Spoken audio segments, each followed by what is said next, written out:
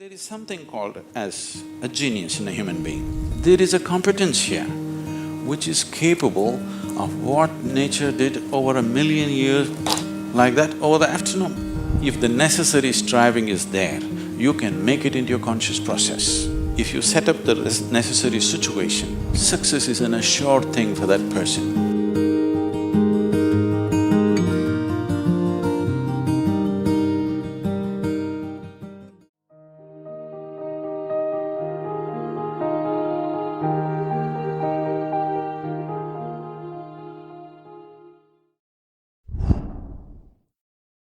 Small things or big things, it doesn't matter. In every single act, a human being longs to be successful. Life is an infinite number of doorways. If you're very diligent, you will open a few of them. If you're brilliant, you'll open many of them. But if you're truly vibrant, then they will open for you. The process of being successful becomes so complex for people that why they're working towards it is generally completely forgotten, and they will start evolving concepts of success, all kinds of concepts. What is being successful? I would like to… Can I tell you a joke? You're looking so serious.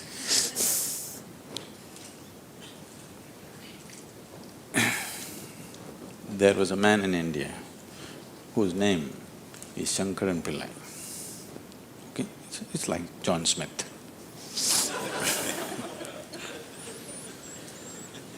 His son came to United States. Obviously, an Indian young man means he's a software engineer. He went to Texas, Houston and started working there. Then he fell in love with a white American woman. He struggled because back home, this love affair is a crime. He struggled and struggled, then one day told his mother. Then the mother informed the father, and the father exploded. He went back home to convince him, didn't work, because in India, if you have to get married, they're tracing your family tree for 5,000 years. They're looking at the genetic purity of the person that you're marrying. So somebody from somewhere else, a white woman from America, how can you marry her? What do we know about her genetics? Where does she come from? What is her lineage? Da, da, da. So no way to convince, he came back. And of course, when he came back again, he fell in love and they went ahead. Then the father disowned. Pillai just disowned his son, I have nothing to do with you. But years went by and they had a boy. And the boy's picture from the day he was born, it was on the Facebook, and the wife sticks it in his face, and the little baby, and it is growing up every day and all the things. Slowly, you have disowned the son, but the grandson is a different matter. Slowly, within a matter of 1-2 years, he completely fell in love with this little baby that he has not seen. Things happened and people started coming from America, those who were traveling. Oh, you must see your grandson. You not seen him? Oh, you must see him, this is the fruit of your life. Slowly it caught him. Then he decided he's not going to see his son's face. He'll come to America and only see the grandson's face. And of course he's not going to look at that white woman. Then he came to America and a 7-year-old boy, full of energy, they're living on a small ranch, he's all over the place doing all kinds of things. He completely got washed away by this little fellow. Then this little boy one day said, "Grandpa, come, I'll show you my archery skills." He took him to the barn inside and he went into the barn and there he saw 8 targets, all of them with the arrow in the bullseye. Pillai looked at it and then he thought, oh, this is my grandson. He thought of all the great legendary archers of India. Arjuna and Ekalavya and he saw the future, all the Olympic gold medals falling from the sky. Then he asked, "From what distance did you shoot?" The boy said, "From 20 yards. What? From 20 yards, 8 targets, you shot them dead on, bullseye? How do you do this?" Then the boy said, "Grandpa, I first shoot and then paint the target." So, these concepts about being successful can be very crippling. And I've continuously been with people, they've reached a certain point of success and their concepts of success are not fitting, their life is not fitting into their concept of success and it's breaking it and they think something is going wrong. It is not going wrong, they're just getting better, situations are pushing them on, but their concept is breaking up, so they're suffering their success. You will see any number of people going through these kind of things. When we talk about success, I'm sure all of you must be already having plans as to how to unfold this success in your life.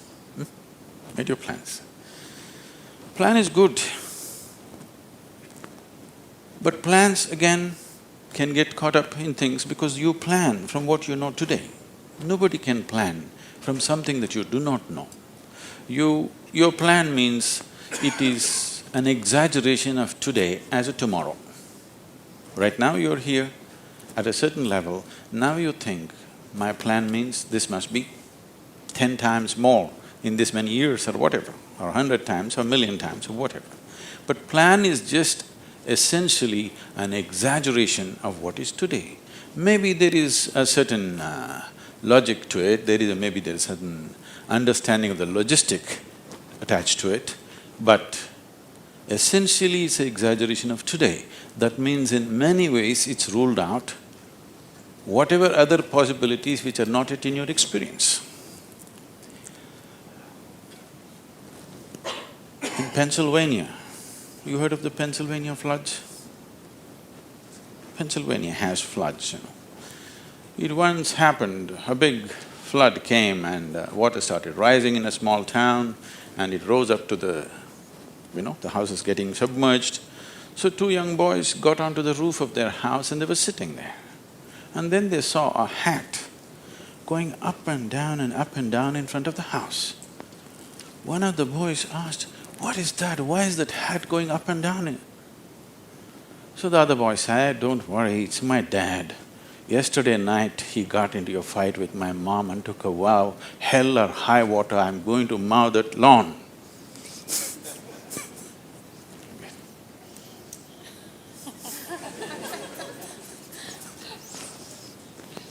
So, plans can be debilitating. It's good to have a plan, but it's more important that you have a purpose. If you have a purpose, plans will evolve, things will happen, plans will fall apart, new things will come up. Whatever has to happen will happen. If you hold on to a certain purpose, other things will just serve that purpose. But if you are very committed to a plan as such, then plan can become a blueprint for restriction. It is also a possibility. It's all right to hold a plan, but you must hold a plan at a certain distance. You shouldn't get identified with the plan. The process of success. See, essentially success is a desire in every human being. You can put some fire into it and make it your passion. But if it becomes a need within you, that you must be successful, otherwise you will suffer, then you are heading for a problem, a serious problem. Our passions can turn into poison if we start becoming resentful for the non-fulfillment of those passions.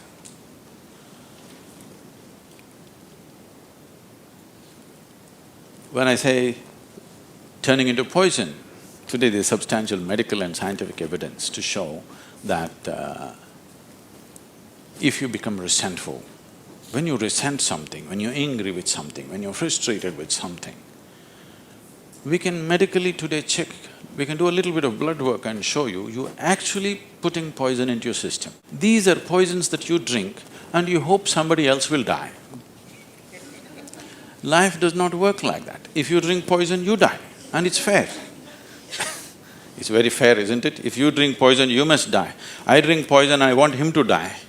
It doesn't work like that. So these emotions always take away the fundamental ability. See, there is something called as a genius in a human being. Every human being has it, every human being touches it at some moment of life. But the question is, how often do you touch it? That's a question. You sparked once in your lifetime. That's not good enough. You must be sparking all the time, isn't it? What is genius? There are many ways to look at it. One simplest way to look at it is, when we say intelligence, we are always thinking logical thought. No, logical thought will be meaningless probably in another 25 years, because your computer may be able to explore all the permutations and combinations of logical thought much quicker and better than you can do. So touching the genius means there's another dimension of intelligence within you. What did you have for breakfast? Chicken in salad. See, he ate a chicken. Over the afternoon, this chicken has transformed itself into a human being.